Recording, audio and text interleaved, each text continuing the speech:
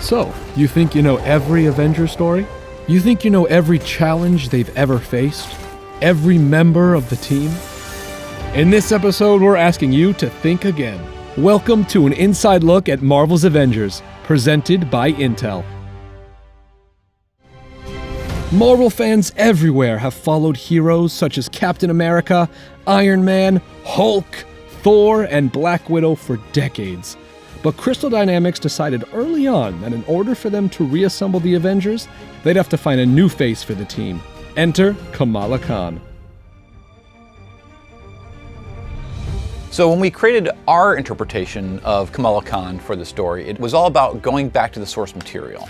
That's when you're going to get the core of the character. What makes Kamala Kamala? When Willow and I sat down for the first time trying to figure out who this young woman with no name, no background, no origin was, we realized we really wanted to tell a story just about the experience of being young and earnest and impressionable. The comics were a big part of finding out really what makes Kamala tick and why people identify with her. The concept of Kamala looking up to people, of wanting to be something when you grow up, it's the superhero. Superhero is her ultimate ideal, it's her ultimate dream.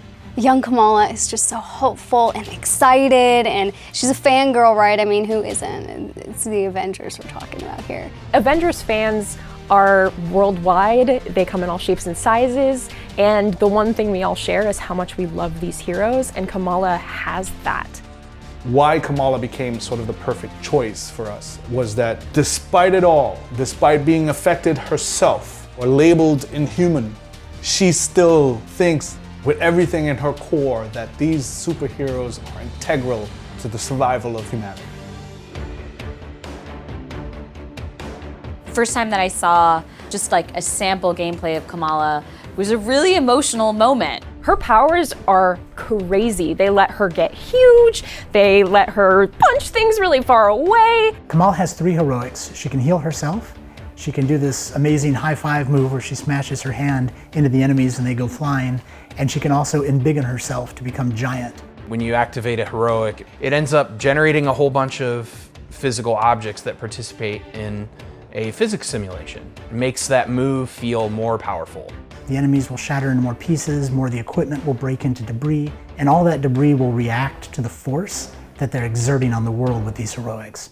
As a combat designer, Kamala's powers are the perfect powers you could possibly have to develop a gameplay combat system around. I mean, she can basically make any weapon she kind of wants to at sort of any range she really wants to. And then once we sort of have the high level framework, we put it into more mechanical terms and figure out like, okay, how does this fit with the game rules? So when Kamala grows, I mean, there's camera work that needs to be done. There's collision with the enemies where her collision has grown, but the enemy's hasn't. When she grabs an enemy and picks him up, we need to be able to align an expanded hand with a normal-sized enemy. I think the results really show because, I mean, she has the most innate, quick access to doing the most interesting stuff. So I think especially for our animators, like she was like the character everyone wanted to get to, and it was like, oh, I can't wait till we do this, I can't wait till we do this. At Intel, we approached Crystal with the idea of collaborating on Marvel's Avengers to deliver an enhanced experience on PC. We could have gone through and added more red barrels and breakable tables and things like that, but it wouldn't have been pervasive throughout the core of the game. By adding physical objects to the heroics, we're able to bring that experience to the player throughout the game. When you're playing Kamala, you feel powerful. All of these features help you feel like you are an Avenger. In choosing to have AIM in our game, it was a big statement because we wanted to take a villainous group that many people may not know about. And we think that AIM really deserves to get the spotlight. People essentially start their journey from a place of feeling like they are doing good for everyone else, regardless of what the cost might be. And so at the beginning of the game, you meet some of the founders of AIM, George Tarleton and Monica Rappaccini. The question is always, are you really solving anything, or are you just becoming part of the same chaos? And that is Tarleton's tragedy. He wants to be the winner. He's just this guy who has really great ideas, but nobody cares.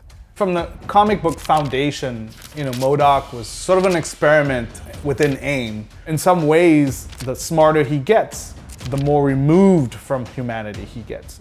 And the byproduct is his look. but the emotional detachment is the real danger. Where George is very reserved, Monica is much more assertive. You know, I never really saw Monica as a team player necessarily. I don't think that she plays that well with others.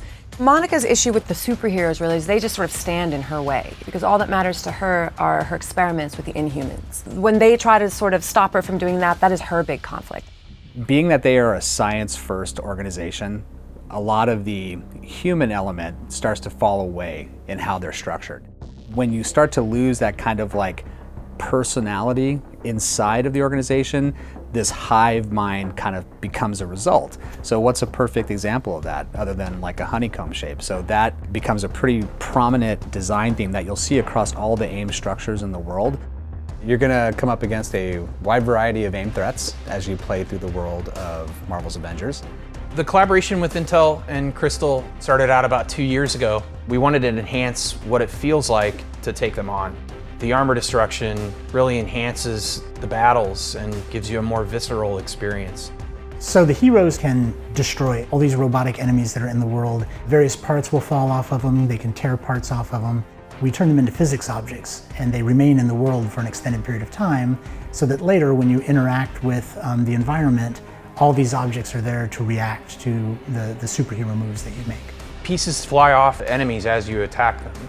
You can see that they've been beat up. They're missing armor pieces, and it really adds a feel of destruction to taking down one of those large robots.